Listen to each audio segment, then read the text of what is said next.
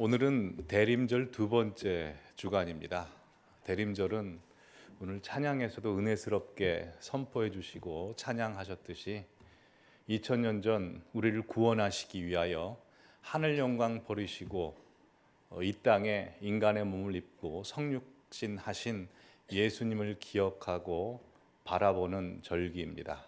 뿐만 아니라 우리를 위해서 성육하신 예수님께서 죽으시고 부활하시고 승천하시면서 내가 다시 오마라고 약속하셨기 때문에 그 재림의 약속, 다시 오실 예수님을 기다리며 소망하는 절기입니다. 그러게 대림절을 보내고 있는 우리들에게, 또한 말세를 살고 있는 우리들에게 하나님께서 요구하고 계시는 믿음이라고 하는 것은 기다림에서부터 시작이 됩니다. 자, 그렇다면 이 자리에 앉아 계시는 하나님의 자녀인 우리 성도님들께서는 예수님 잘 기다리고 계십니까? 우린 일상을 살면서 우리들의 어려움과 문제들 안에서 주님께서 이 자리에 찾아오시기를 기다립니다. 또한 예배 안에서 하나님께서 은혜 주시기를 기다립니다. 뿐만 아니라 보다 근본적으로 다시 오실 예수님을 소망하며 예수님의 재림을 기다립니다. 또한 우리는 여러 가지 일들을 기다리며 살죠. 근데 이렇게 우리가 기다리며 살 때 보면 모든 기다림에는 여러 가지 속성이 있습니다. 세 가지만 말씀드리면, 첫 번째로 모든 기다림에는 절망과 소망이 공존해 있다는 것이죠. 여러분, 우리가 기다릴 수 있는 이유는 소망이 있기 때문입니다. 그런데 기다림 과정 속에 소망만 있는 게 아니라 절망이 교차됩니다. 얼마 전 수능이 끝나고 엊그저께 수능 성적을 받은 우리 자녀들이 있을 겁니다.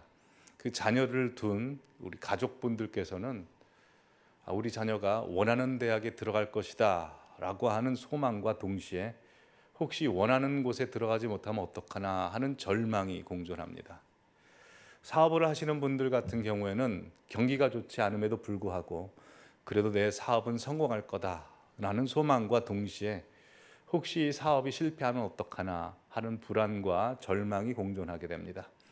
병으로 고통당하시는 환우분들 같은 경우에도 내 병이 호전되고 건강을 회복할 것이다 라고 하는 강한 소망과 동시에 혹시 병이 악화되면 어떡하나 라는 절망이 공존하게 되죠. 이렇게 뭔가를 애타게 그리고 간절히 기다리는 사람들 마음 안에는 이 절망과 소망이 교차하고 공존하게 됩니다. 뿐만 아니라 두 번째로 이렇게 기다릴 때 절망과 소망이 공존하게 되는데 내 안에 있는 절망과 소망 중에 소망이 힘이 더 센 것이 아니라 항상 절망이 더 크게 보인다는 사실입니다. 근데 그럴 수밖에 없습니다. 왜냐하면 소망이라고 하는 것은 아직 내 현실 안에 펼쳐지지 않은 미지의 세계이고 절망은 지금 내 눈앞에 보이는 실제이기 때문에 그렇습니다. 내 병이 반드시 나을 것이다 라고 확신하고 선포하는 순간에도 몸이 아픕니다. 내 자녀가 좋은 짝을 만나 결혼할 것이다 강하게 소망을 갖는다 할지라도 그때도 여전히 자녀는 혼자일 수 있습니다. 내 자녀가 좋은 대학에 들어갈 것이다 라고 소망을 품는 그 순간에도 아직 좋은 대학에 들어가지 못한 현실입니다. 그러니 항상 절망과 소망이 우리 안에 있지만 절망이 훨씬 더 큰 힘을 발휘합니다. 그럼에도 불구하고 세 번째, 절망이 우리에게 훨씬 더 큼에도 불구하고 소망은 언제나 절망의 터전 위에서 자라게 된다는 겁니다. 로마서 5장 3절에서 4절 말씀 보시면 다만 이뿐 아니라 우리가 환난 중에도 즐거워하나니 이는 환난은 인내를, 인내는 연단을, 연단은 소망을 이루는 줄 아미로라 라고 해서 소망이 그냥 생기지 않습니다. 백지 상태에서 생기는 것이 아니라 일단 절망과 환난의 터전 위에 인내라는 씨앗이 뿌려지고 그 씨앗이 잘 자라 연단이 되게 되면 연단의 줄기 안에서 이 소망이 열매로 맺히게 된다는 겁니다. 그래서 희한하게도 내 인생이 잘 풀리고 모든 것이 잘 되면 우린 소망하지 않습니다. 그러나 어려움에 처하고 절망이 있고 아픔이 있고 고통이 있으면 그때 우리는 뭔가를 강하게 소망하게 됩니다. 그리고 그 소망 때문에 하루하루 살고 있는 것이죠. 오늘 이 자리에 앉아 계신 우리 성도님들께서도 그 마음속에 혹시 뭔가 기다리고 계시는 것이 있습니까? 그래서 하루를 살면서 문득 그 기다리고 있는 것이 생각이 나면 나도 모르게 가슴이 콩닥콩닥 거리고 나도 모르게 입에서 주여라고 주님을 찾으며 애타게 갈구하고 기다리고 있는 것 있습니까? 만약 우리 성도님들 안에 기다리고 있는 것이 있다면 아까 말씀드렸다시피 우리 성도님들의 하루의 삶 동안에 이 절망과 소망 안에서 널뛰기를 하실 것입니다. 그럼에도 불구하고 우리가 반드시 잊지 말아야 되는 것은 우리의 소망은 그 절망의 터전 위에 자라게 하시는데 하나님께서 우리에게 절망이 아니라 소망을 주시길 원하신다는 겁니다. 예레미야 29장 11절 말씀 우리 다 함께 읽겠습니다. 여호와의 말씀이니라 너희를 향한 나의 생각을 내가 아나니 평안이요 재앙이 아니니라 너희에게 미래와 희망을 주는 것이니라 라고 했습니다. 여러분 이 말씀을 예레미야가 언제 받은 줄 아십니까? 어떤 말씀 가운데 이 하나님의 말씀을 받은 줄 아십니까? 예루살렘을 하나님이 멸망시킬 거다. 죄로 인해서 우상으로 인해서 타락한 너희를 멸망시킬 것이다 라고 하는 그 말씀의 한복판에 이 말씀을 주시는 겁니다. 그리고 이게 무슨 말씀입니까? 우리의 어떤 정황 어떤 상황 속에서도 하나님께서는 소망의 씨앗을 주고 그 소망을 품고 살라라고 하시는 것입니다. 그러게 우리 성도님들의 삶 가운데 어느 정황 어느 상황 어느 길을 걷고 있다 할지라도 항상 주님께서 주는 소망을 품고 사시는 여러분들 되시기를 바랍니다. 그런데 여기서 우리는 소원과 소망을 구분지어 생각할 필요가 있습니다. 여러분 소원은 무엇이고 소망은 무엇일까요? 소원이라고 하는 것부터 살펴보죠. 소원이라고 하는 것은 내가 원하는 것입니다. 그래서 소원의 방향은 항상 나로부터 출발하기에 현재에서 미래를 향하게 됩니다. 아직 쟁취하지 않은 것을 내가 쟁취하고 갖기를 원하는 것이죠. 그러게 소원이라는 것은 나로부터 나에게 신뢰를 두기에 항상 나라는 존재 차원을 넘어서질 못합니다. 그러나 소망은 다릅니다. 소망은 하나님이 우리에게 주시고자 하는 것입니다. 그래서 소망은 하나님으로부터 시작되기에 소망의 방향은 현재와 과거와 미래에 다 계시는 시간의 주인이신 하나님께서 언제나 미래에서 현재로 오게 됩니다. 그래서 소망이 우리에게 주어지게 되면 그때부터 우리는 과거를 재해석하게 돼서 과거가 재창조되게 됩니다. 그래서 소망이라고 하는 것은 나로부터 시작하지 않고 하나님으로부터 시작하기에 나를 하나님에게 이끌어주고 하나님 차원으로 확장되게 해주는 게 소망입니다. 자, 그렇다면 우리 성도님들 가슴속에 기다리고 계시는 것이 지금 소원입니까? 소망입니까? 하나님으로부터 오신 겁니까? 아니면 나에게서부터 시작된 것입니까? 나에게부터 시작된 소원이 있을 수도 있고요. 하나님이 주신 약속과 소망이 있을 수 있습니다. 그러면 우리가 생각할 때 그럼 소원은 다 저버리고 소망만 품어야 될까요? 우리가 갖는 소원은 아무런 가치가 없는 것일까요? 그렇지 않습니다. 여러분 하나님께서 우리가 살기를 원하시는 두 가지 길이 있습니다. 첫 번째 길은 하나님께서 우리에게 정하신 길이 있습니다. 시편 37편 23절에 보시면 여호와께서 사람의 걸음을 정하시고 그의 길을 기뻐하시나니 라고 돼 있어서 지금 이 자리에 앉아 계신 우리 성도님들 한 분 한 분을 향한 하나님께서 정하신 뜻이 있고 그 길이 있다는 겁니다. 그 길을 걸어갈 때 하나님께서는 기뻐하십니다. 이 길을 걸어가시는 우리 성도님들 되시기 바랍니다. 근데 하나님께서 원하시는 길이 이 길뿐만이 아닙니다. 두 번째 길이 있습니다. 그건 하나님께서 인정하시는 길이 있습니다. 시편 1편 6절에 보시면 무릇 의인의 길은 여호와께서 인정하시나 라고 돼 있어서 우리로부터 시작되나 하나님께서 인정하시는 길이라는 겁니다. 의인의 길이죠. 그러면 의인은 어떤 사람입니까? 의인은 하나님과 관계가 바로 된 사람, 친숙한 사람, 가까운 사람이죠. 하나님이 함께 하시는 사람으로서 들어가도 복을 받고 나가도 복을 받는 존재, 그것이 하나님께서 인정하시는 길이라는 겁니다. 그래서 시편 37편 4절에 보시면 또 여호와를 기뻐하라. 그러면 그가 내 마음의 소망이 아니라 소원을 내게 이루어주시리라 라고 말씀하십니다. 그러기에 우리 성도님들께서는 하나님이 주시는 소망뿐만 아니라 하나님과 관계가 바로 그리고 친숙하게 되심으로 말미암아 마음속의 소원을 하나님께서 이루어주시는 역사를 보시는 우리 모든 성도님들 되시기를 바랍니다. 자, 그렇다면 우리는 대림절을 보내고 있는데요.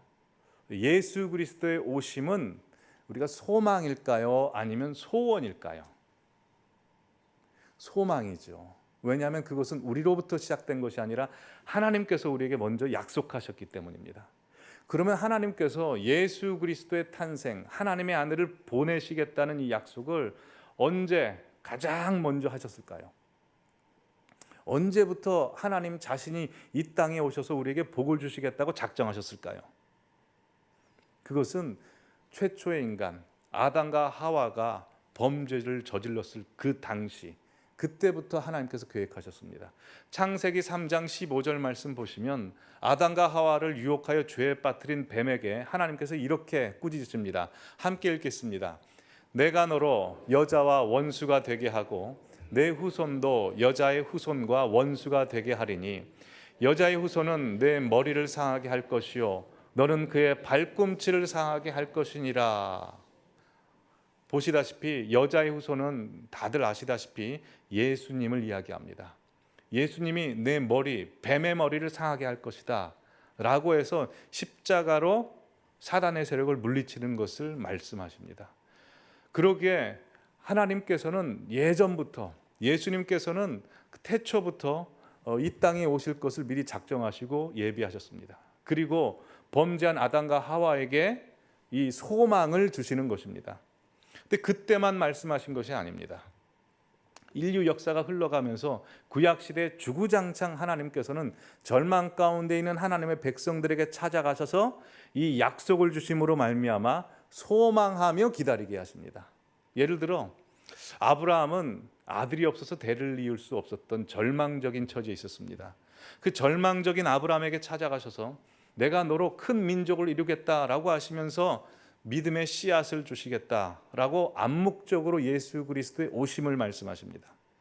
또한 아버지로부터 형제로부터 멸시천대 받았던 다윗에게도 찾아가셔서 그 말씀을 하십니다. 그래서 시편에 보시면 다윗이 예수님을 내 주라라고 고백합니다. 또한 아주 강력한 왕이었던 우시야 왕이 죽자 우시야 왕을 신뢰했던 이사야가 절망 가운데 눈물을 흘리며 성전을 찾습니다. 그때 하나님께서는 절망 가운데 있는 우시야에게 찾아가셔서 임마누엘의 말씀, 한 아기가 태어날 것이다, 메시아 예언을 하게 하십니다. 또한 이스라엘이 완전히 멸망당하여 모두 다 포로로 잡혀갔을 그때 10대 시절부터 죽는 그날까지 포로되었던 절망적인 가운데 있었던 사람이 있습니다. 바로 다니엘. 그 다니엘에게도 가셔서 하나님께서 뜨인 돌을 말씀하시면서 예수 그리스도의 탄생을 말씀하십니다.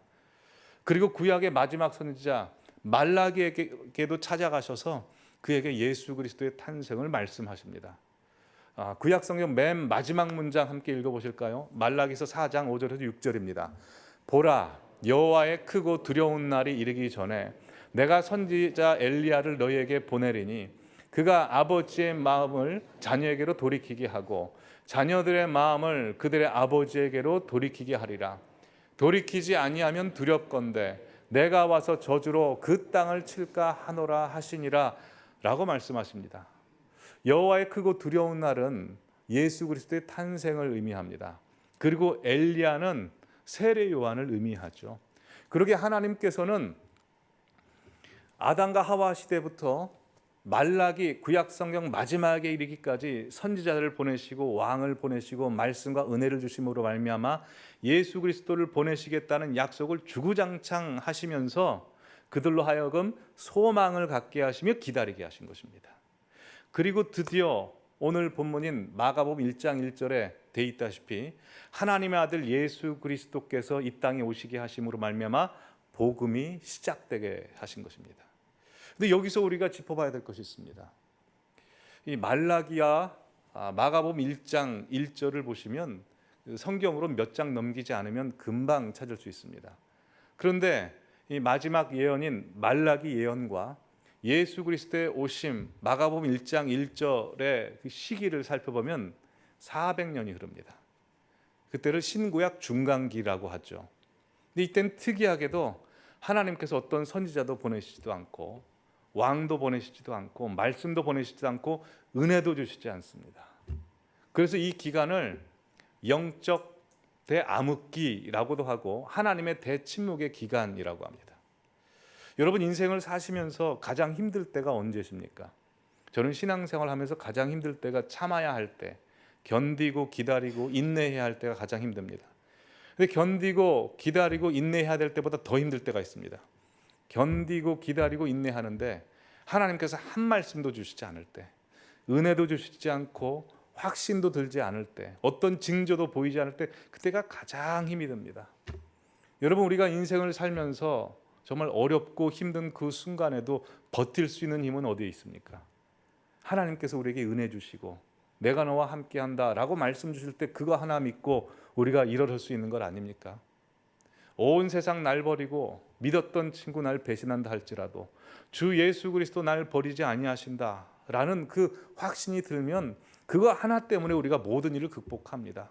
돈이 없어도 명예가 없어도 친구가 없고 내가 밑바닥에 처한다 할지라도 하나님께서 나의 고통 다 아시고 나 보시고 다 아신다라고 말씀하시면 그것 때문에 우리 일어설 수 있는 것 아닙니까? 근데 그렇게 힘들고 어려운 순간에 하나님께서 한 말씀도 아니하시면 어떻게 됩니까? 일단 첫 번째로 내가 혹시 하나님 앞에 큰 잘못을 저지른 거 아닌가? 죄책감을 갖게 됩니다. 더 나아가서 부르짖고 부르짖음에도 불구하고 하나님이 응답하시지 않으면 하나님이 너무 서운합니다. 어떻게 나한테 이러실 수가 있습니까? 더 나아가면 하나님 나 버리셨구나.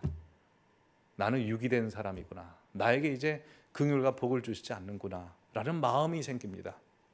여러분 이스라엘 백성들이 400년 동안 대침묵의 기간을 보내면서 그들의 마음이 어땠습니까? 하나님 나 버리셨구나. 하나님 우리에게 응답하시지 않는구나. 그런 마음이 들지 않겠습니까? 근데 더 힘든 것은 하나님이 400년 동안 침묵하시는 기간 동안에 세상도 침묵하고 조용하고 평화로웠다는 것은 아니라는 것입니다. 오히려 더 시끄럽고 혼란스러웠습니다. 성경이 쓰여지지 않는 그 400년 기간 동안 알렉산더 대왕이 나와서 전 세계를 제패합니다. 남유다 북이스라엘도 정복당합니다. 알렉산더 대왕이 죽고 나서 얼마 안 있어서 이 헬라 제국이 분열이 됐죠. 이스라엘 백성도 거기에 소용돌이에 휘말리게 됩니다. 또한 저 이탈리아 작은 반도 로마라는 제국이 생겨서 온 지구 중에 및 팔레스타인을 정복합니다. 이스라엘 백성들도 많이 핍박을 당합니다. 그때 이스라엘 백성들이 가만히 있었던 것 아닙니다. 그리스와 로마에 저항하기 위해서 운동을 하기도 하고요. 또한 서기관과 바리새인들이 모여서 유대교를 지켜내기 위해서 몸부림을 치고 또 메시아의 예언이 있기 때문에 메시아를 기다리자 하는 공동체도 생겨납니다. 한 말씀도 주님이 안 하시는 겁니다. 그러니 얼마나 힘들었겠습니까? 자, 그렇다면 왜 예수님께서는 예수님 탄생 전에 400년 동안 한 말씀도 안 하시고 침묵하셨을까요? 궁금하시지 않습니까? 여러분 하나님께서 우리 인생 가운데 역사 가운데 침묵하시는 이유가 있습니다. 첫 번째 하나님이 침묵하시는 이유는 그 침묵을 통해서 나 자신을 알라라는 것입니다. 여러분 우리가 하나님이 은혜해 주시면 내 속에 내 뭐가 들어있는지 내 신앙 수준이 무엇인지 나라는 사람이 어떤 존재인지를 모릅니다. 이스라엘 백성들이 홍해를 건널 때는 하나님이 우리와 함께 하신다. 그래 우린 모든 것 할 수 있다라고 하면서 하나님 앞에 멋진 찬양을 올려드립니다. 그들이 시내 광야에 도착하고 모세가 40일 동안 시내산에 올라가 내려오지 않자 즉 하나님이 침묵하시자 그들이 어떻게 됩니까? 금송아지 만들어 섬겨버립니다. 침묵할 때 하나님이 침묵하실 때 나 자신이 어떤 존재인지를 보게 합니다. 예수님께서 기적을 행하시면서 예루살렘으로 갈 때 예루살렘에 있던 수많은 사람들이 호산나 다윗의 자손이여 라고 외치며 하나님을 찬송합니다. 그러나 막상 예수님께서 십자가에 달려 돌아가실 때 침묵하실 때 이스라엘 백성들은 저 사람을 십자가에 못 박아 매달아라 라고 외칩니다. 즉 하나님이 침묵하실 때 나라는 존재가 어떤 존재인지를 알게 됩니다. 여러분 목회하면서 가장 힘들 때가 언제인 줄 아십니까? 다른 게 아니고요. 하나님 말씀이 들려오지 않을 때 하나님이 나에게 뭘 요구하시는지 은혜를 주시지 않을 때 말씀 주시지 않을 때 가장 힘이 듭니다. 그 속에서 우리 자신을 발견하게 되죠. 하나님 말씀 없으면 나 죽는 존재구나. 하나님이 은혜 주시지 않으면 오늘 하루도 쓰러질 수밖에 없는 존재구나라는 걸 알게 되는 겁니다. 즉 이스라엘 백성들이 400년 동안 하나님의 침묵을 견뎌내면서 그들은 자신의 모습을 봤을 겁니다. 두 번째, 하나님의 침묵의 이유가 있습니다. 하나님께서는 침묵하시면서 일하시기 때문에 그렇습니다. 여러분, 누가 우리가 뭔가를 하고 있는데 그거 하고 있어? 라고 물어보면 그래 그거 하고 있어 라고 대답을 하죠. 근데 또 그거 하고 있어? 라고 물어보면 성질이 납니다. 나중에 어떻게 됩니까? 말 안 합니다. 마찬가지로 하나님께서 주구장창 예수님을 보내시겠다고 말씀을 하셨습니다. 그래도 예수님이 안 오시는 겁니다. 하나님께서는 그때 일을 하십니다. 아까 말씀드렸다시피 하나님의 대침묵의 기간에 온 세상이 소동했습니다. 그러나 그때가 하나님이 일하시는 때였다는 겁니다. 헬라 제국이 온 세상을 제패했을 때 그들은 언어를 하나로 통일시킵니다. 헬라말, 아람어로 통일시킵니다. 그리고 로마가 온 세상을 다스렸을 때는 로마로 가는 길이 통한다라는 말이 있다시피 모든 길은 로마로 통한다라는 말이 있듯이 길을 닦습니다. 그리고 치안을 완비합니다. 예수님께서 헬라 제국과 로마 제국이 있었을 때 그때 태어나십니다. 그리고 예수님께서 팔레스타인 좁은 지역에서 복음을 전파하시죠. 근데 그럼에도 불구하고 그 복음이 온 세상에 퍼져 나갈 수 있었던 이유가 무엇입니까? 제자들이 그 복음을 들고 산을 넘고 강을 건너 복음을 전파할 때 언어가 하나였습니다. 만약 복음을 전파하는데 언어가 다 달랐다고 생각해 보십시오. 일단 언어부터 배워야 됩니다. 시간 오래 걸렸을 겁니다. 또한 길이 통하지 않으면 가다가 길을 잃어버릴 수도 있고요. 또 치안이 좋지 않으면 강도를 만날 수 있습니다. 그러나 하나님께서는 침묵하시면서 그 모든 일들을 준비하셨습니다. 우리도 마찬가지입니다. 하나님 왜 내 음성을 듣지 않으십니까? 왜 내 기도에 응답하지 않으십니까? 하나님 침묵하실 때 우리 성도님들을 위해서 가장 강력하게 역사하시고 일하시는 때입니다. 그렇게 그 하나님을 믿으시기를 바랍니다. 세 번째, 하나님이 침묵하시는 이유가 있습니다. 그것은 우리로 하여금 하나님 앞에 더 가까이 오라는 겁니다. 여러분 아주 세게 누군가 이야기를 하다가 갑자기 조용히 이야기하면 우리가 귀를 기울이지 않습니까? 마찬가지로 하나님의 침묵의 기간은 나에게 좀 더 가까이 오라라고 말씀하시는 겁니다. 그래서 이 이스라엘 백성들이 하나님의 대침묵의 기간 400년 동안 하나님 앞에 어떤 기도를 했을까 살펴보니 오늘 우리 성도님께서 읽으신 시편 77편을 읽었을 거라고 예상이 됩니다. 이 시편 77편은 아삽이 쓴 시입니다. 1절부터 9절을 보시면 이스라엘 백성들이 그 하나님의 침묵을 견뎌내면서 그들의 마음이 어땠는지를 고스란히 드러내고 있습니다. 보시겠습니다. 1절부터 2절 함께 읽어보실까요? 내가 내 음성으로 하나님께 부르짖으리니 내 음성으로 하나님께 부르짖으면 내게 귀를 기울이시리로다.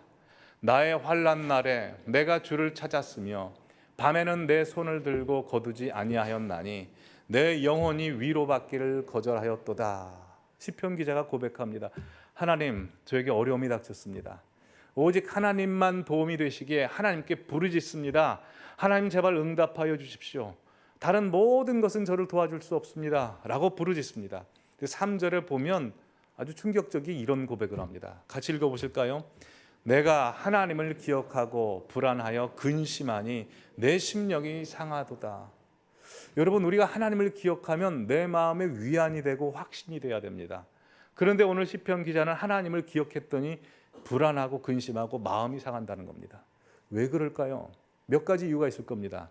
첫 번째로 내가 하나님 앞에 큰 죄를 졌다고 생각할 때 그때 하나님을 생각하면 불편합니다.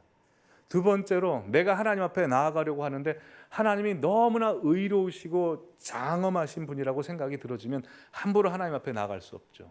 세 번째로 하나님 앞에 오랫동안 기도했습니다. 하나님이 그 기도에 응답해 주시는 것을 계속 마음의 확신으로 주십니다. 그럼에도 불구하고 현실은 전혀 변화가 되지 않을 때 하나님 앞에 속상합니다. 하나님을 생각하면 너무 서운한 것이죠. 그래서 4절에 보시면 시편 기자는 내가 눈을 붙이지 못하게 한다라고 돼 있어서 잠을 잘 수 없습니다라고 고백합니다. 5절과 6절에 보시면 그 잠을 이루지 못하면서 지나간 나의 옛날 세월을 생각해 봅니다. 그래서 6절에 밤에 부른 노래를 내가 기억합니다. 내가 심령으로 내 마음으로 하나님 앞에 간구하기를. 결론이 어떻게 됩니까? 7절, 8절, 9절 보시면 충격적이게도 주께서 영원히 버리실까? 다시는 은혜를 베푸시지 아니하실까? 그의 인자하심은 영원히 끝나는가?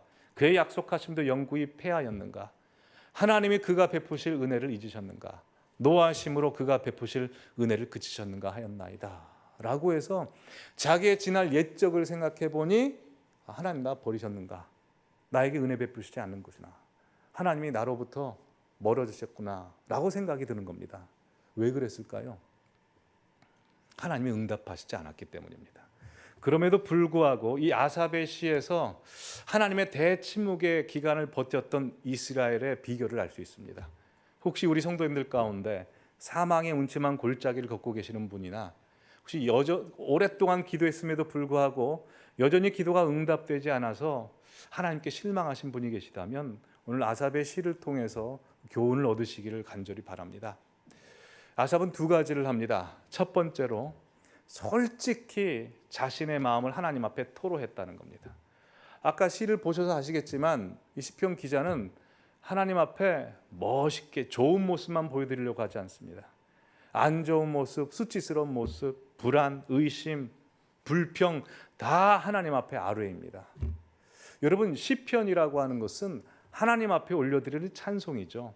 근데 시편 1편부터 150편까지 보시면 희한하게도 하나님을 높여 부르는 찬송만 있는 게 아닙니다. 탄식이 있고요. 불평이 있고 의심이 있습니다. 걱정과 번민이 있습니다. 근데 이 모든 것을 하나님을 향한 시, 찬송이라고 합니다. 왜 그럴까요?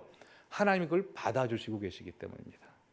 마치 부모가 자녀의 울음과 걱정과 번민을 다 품에 안듯이 하나님께서 그렇게 안아주시는 것입니다. 그러기에 우리 성도님들 삶 속에서 여러 가지 어려움이 있다면 있는 그대로의 모습으로 나아가시기 바랍니다. 어떤 믿음 좋은 권사님께서 자신이 시집 갔을 때 믿음 좋은 어머니께서 하셨던 조언을 간증으로 해주신 적이 있습니다.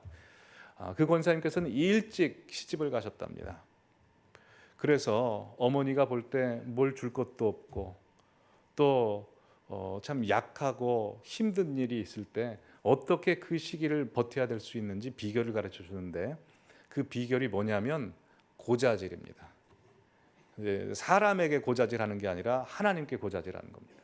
사람에게 고자질하면 이만한 작은 문제도 바위처럼 커지기에 사람에게 하지 않고 하나님께 하라는 겁니다.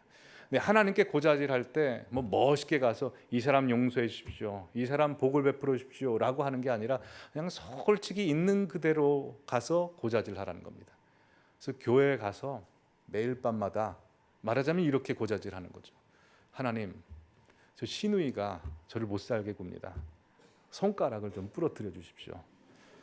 남편이 저에게 모질게 굽니다. 저 입을 어떻게 좀 해주십시오. 종기가 나게 해주십시오 라고 그렇게 기도하는 겁니다. 그렇게 기도하기 시작하자 낮에 자기를 괴롭게 하고 스트레스를 줬던 사람들을 보면 그렇게 괴롭지가 않더랍니다. 왜냐하면 누군가 나를 괴롭게 하는 말을 하면 그때 그렇게 생각하는 거죠. 밤에 보자, 내가 다 고자질 해줄 거다.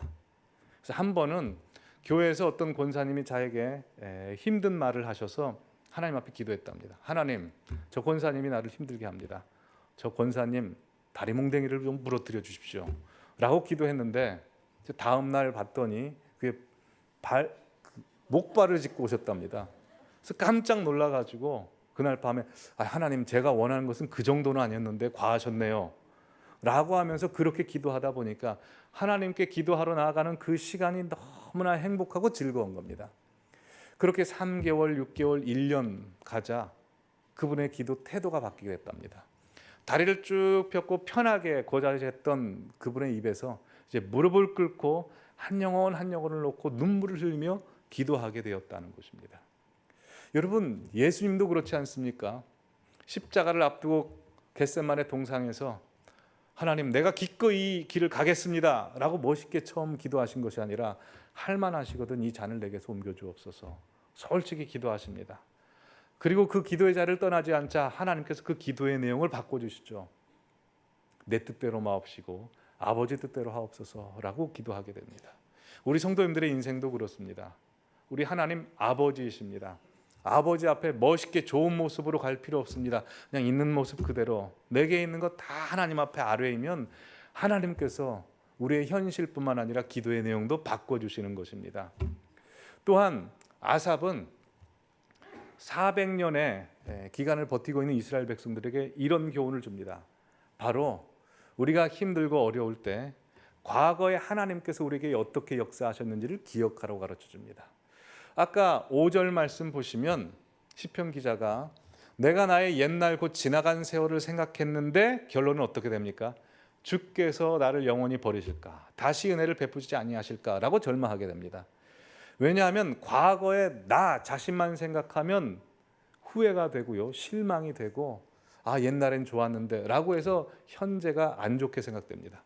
그러나 오늘 11절 말씀 보시면 곧 여호와의 일들을 기억하며 주께서 옛적에 행하신 기이한 일들을 기억하리라 라고 함으로써 하나님께서 과거에 자신에게 베푸셨던 은혜와 역사를 생각해 보니 그의 고백이 달라집니다. 13절에 하나님이여 주의 도는 그의 극히 거룩하시오니 하나님과 같이 위대한 신이 누구오니까 라고 해서 갑자기 기도가 바뀌어지면서 16절부터 보시면 이렇게 됩니다. 하나님이여 물들이 주를 보았나이다. 여기서 물이라고 하는 것은 아수르, 바벨론, 알렉산드리아, 로마와 같은 대제국을 이야기합니다. 그 제국이 주를 보았나이다. 그 제국이 주를 보고 두려워하며 기품도 진동하였고 구름이 물을 쏟고 궁창이 소리를 내며 주의 화살도 날아갔나이다. 홍수 심판처럼 하나님께서 그 나라들을 쓸어버릴 것이다 라고 말씀합니다. 그리고 이어서 회오리 바람 중에서 주의 우레소리가 있으며 번개가 세계를 비추며 땅이 흔들리고 움직였나이다. 주의 길이 바다에 있었고 주의 곧은 길이 큰 물에 있었으나 주의 발자취를 알 수 없었나이다. 주의 백성을 양떼같이 모세와 아론의 손으로 인도하셨나이다 라고 과거에 하나님께서 이스라엘 백성들에게 베푸셨던 창조의 역사와 출애굽의 역사, 구원의 역사를 되뇌게 됩니다. 그렇게 하나님께서 과거에 은혜를 베푸신 그 역사를 생각하니 지금 우리에게 응답하시지 않고 침묵하시는 그 순간에도 우리를 붙들고 계시는 하나님을 기억하게 되는 것입니다. 바로 400년의 그 하나님의 대침묵의 기간 동안에 이스라엘 백성들이 버틸 수 있었던 것은 하나님이 우리에게 역사하신 창조의 역사와 출애굽의 역사를 되뇌었다는 겁니다. 우리도 이스라엘 백성들이 생각했던 출애굽의 역사와 창조의 역사가 있습니다. 그것은 바로 예수 그리스도의 십자가와 부활입니다. 예수님께서 낮고 천한 이 땅에 오셔서 우리가 한 번도 원하지 않았고 요구하지 않았던 예수님의 십자가를 주심으로 말미암아 우리를 하나님의 백성 삼아 주시고 우리를 구원하셨습니다. 그래서 우리의 어떤 정황, 어떤 상황 가운데서도 그 십자가 앞에서 주님으로 인하여 우리는 은혜를 받게 됩니다. 여러분, 십자가가 가지 못하는 곳이 없습니다. 십자가는 죽음에도 갔기 때문에요. 그러기에 우리 성도님들의 과거의 일상 속에서 내가 모르는 순간에도 나를 붙드시고 인도하시고 나를 위해서 부활하시고 십자가에 짐을 지셨던 하나님을 생각하시기 바랍니다. 그 기억으로 말미암아 우리는 다시 주님을 바라보고 주님께서 우리에게 역사하고 계심을 알 수 있을 것입니다. 이 시편 77편을 쭉 읽다 보면 고난받는 우리를 향한 기도가 아니고 예수님을 향한 기도였다는 것을 알게 됩니다. 아버지여 왜 나를 버리시나이까의 고백이 있다시피 하나님 영영이 우리를 버리시겠습니까? 라는 고백이 느껴집니다. 그러나 여기서 우리는 하나님의 침묵, 예수님의 침묵을 알 수 있습니다. 여러분, 예수님께서 행하신 위대한 기적이 무엇입니까? 병자를 고치시고 귀신 들린 자의 귀신을 내쫓으시고 풍랑을 잠잠케 하시는 자연 만물을 통치하시는 기적을 볼 수 있습니다. 그 중에 강한 하나님의 기적이 무엇입니까? 사실 이 모든 기적을 하나님께서 말씀으로 하셨지만 하나님의 최고의 기적은 십자가입니다. 십자가는 말씀으로 하시지 않습니다. 침묵으로 하십니다. 침묵으로 가장 강한 기적을 베푸셨듯이 우리 성도님들의 그 사망의 음침한 골짜기를 걷는 현실, 하나님의 응답이 들려오지 않은 그 현실 속에서 하나님께서 가장 강하게 역사하고 계시다는 것을 믿으시기를 바랍니다. 하나님께서 우리 성도님들의 가는 모든 길들을 함께 하실 것입니다. 예수 그리스도의 오심을 기다리는 이 대림절 기간, 그 주님의 은혜가 항상 충만하시기를 간절히 기원합니다. 기도하시겠습니다.